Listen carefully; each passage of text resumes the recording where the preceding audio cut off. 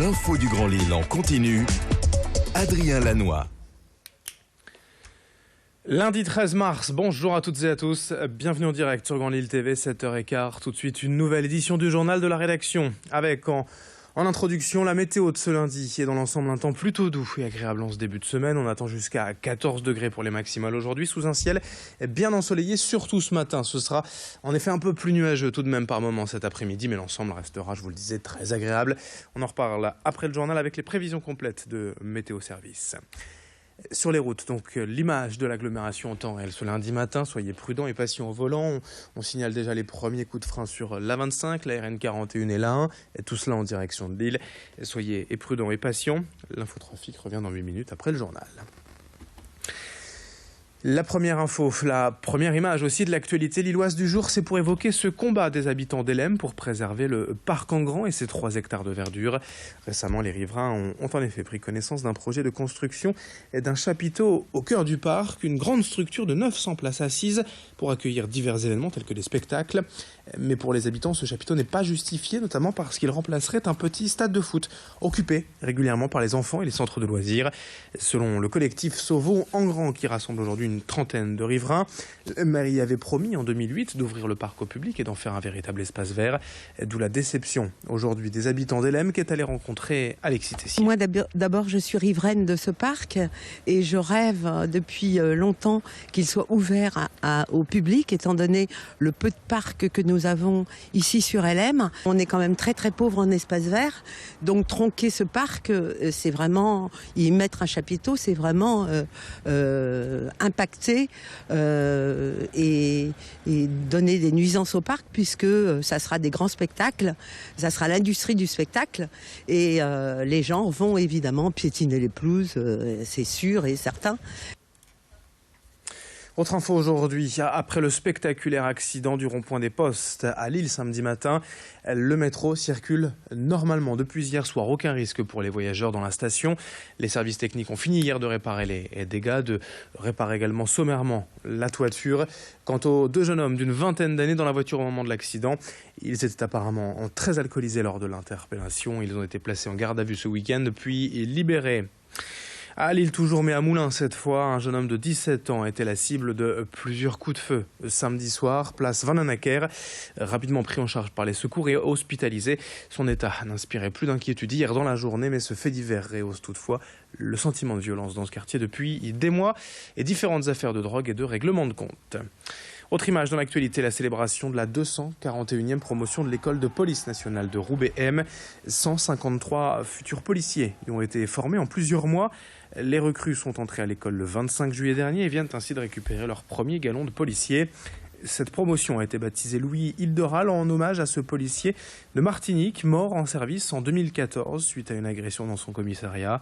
Les jeunes policiers ont reçu les connaissances juridiques et techniques nécessaires. Reste maintenant à découvrir la pratique, le terrain au quotidien.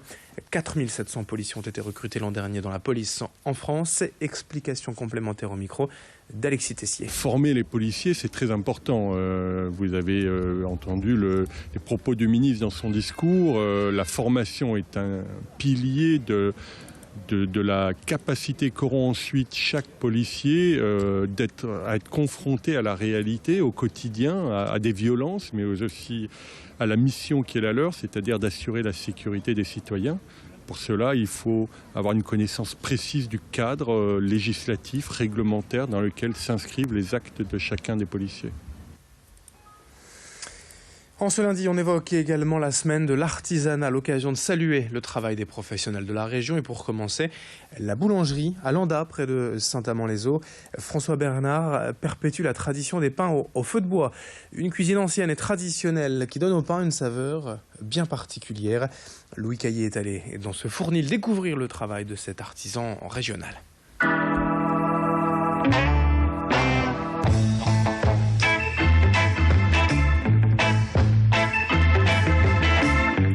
À Landa, la boulangerie Le Pain de nos ancêtres fabrique, pétrit, cuit et vend sur place depuis un siècle. Chaque semaine, ce sont 300 kilos de pain qui sortent du four. Aujourd'hui, une petite quinzaine d'employés se relaient jour et nuit pour faire tourner l'établissement. Une belle réussite et une fierté pour son gérant. C'est une boulangerie qui est centenaire, c'est la seule boulangerie du village. On a repris le flambeau de la grand-mère. Enfin, mon père a repris d'abord le flambeau de la grand-mère qui était dans les années 80 et moi ensuite avec mes frères. On ne fait que perdurer la tradition. Et la particularité, c'est qu'on travaille tout au feu de bois et on pétrit encore à l'ancienne. Un pain un peu moins développé et avec plus de goût, oui. Une texture différente. La production de la journée commence la veille au soir. En fait, on a toute la nuit, on travaille 24 heures sur 24. Voilà. À part le lundi, on a des jours de fermeture le lundi. Et tous les matins, on a un camion qui part faire les livraisons, en effet, sur la région lilloise. Ouais. Seul point négatif pour François, concilier sa passion à sa vie de famille. C'est toujours compliqué. Mes enfants sont toujours en train de réclamer, comme quoi on ne fait jamais rien, quasiment rien en famille. C'est le côté négatif, mais bon, voilà, c'est le métier qui veut ça. Ah bah, c'est l'amour du bon métier, ça c'est la première condition. Si on n'aime pas ce qu'on fait, j'aime mon métier, voilà. Et ce sujet, cette semaine thématique dédiée à l'artisanat, nous donne l'occasion ce matin de vous poser la question du jour. Les métiers d'artisans sont-ils suffisamment valorisés aujourd'hui pour que les jeunes s'y intéressent? Vos réponses sur grandlille.tv ou nos applications mobiles.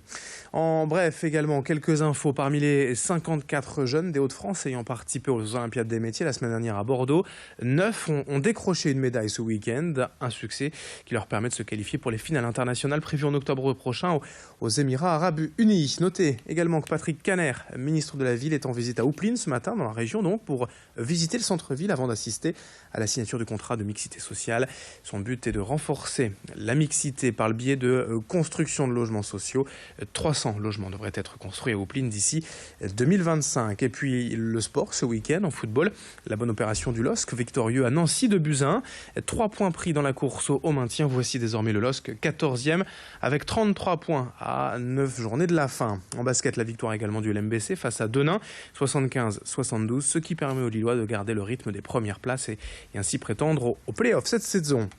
7h22 en ce lundi 13 mars. Merci de votre fidélité. Dans un instant, à suivre vos prévisions météo et l'infotrafic.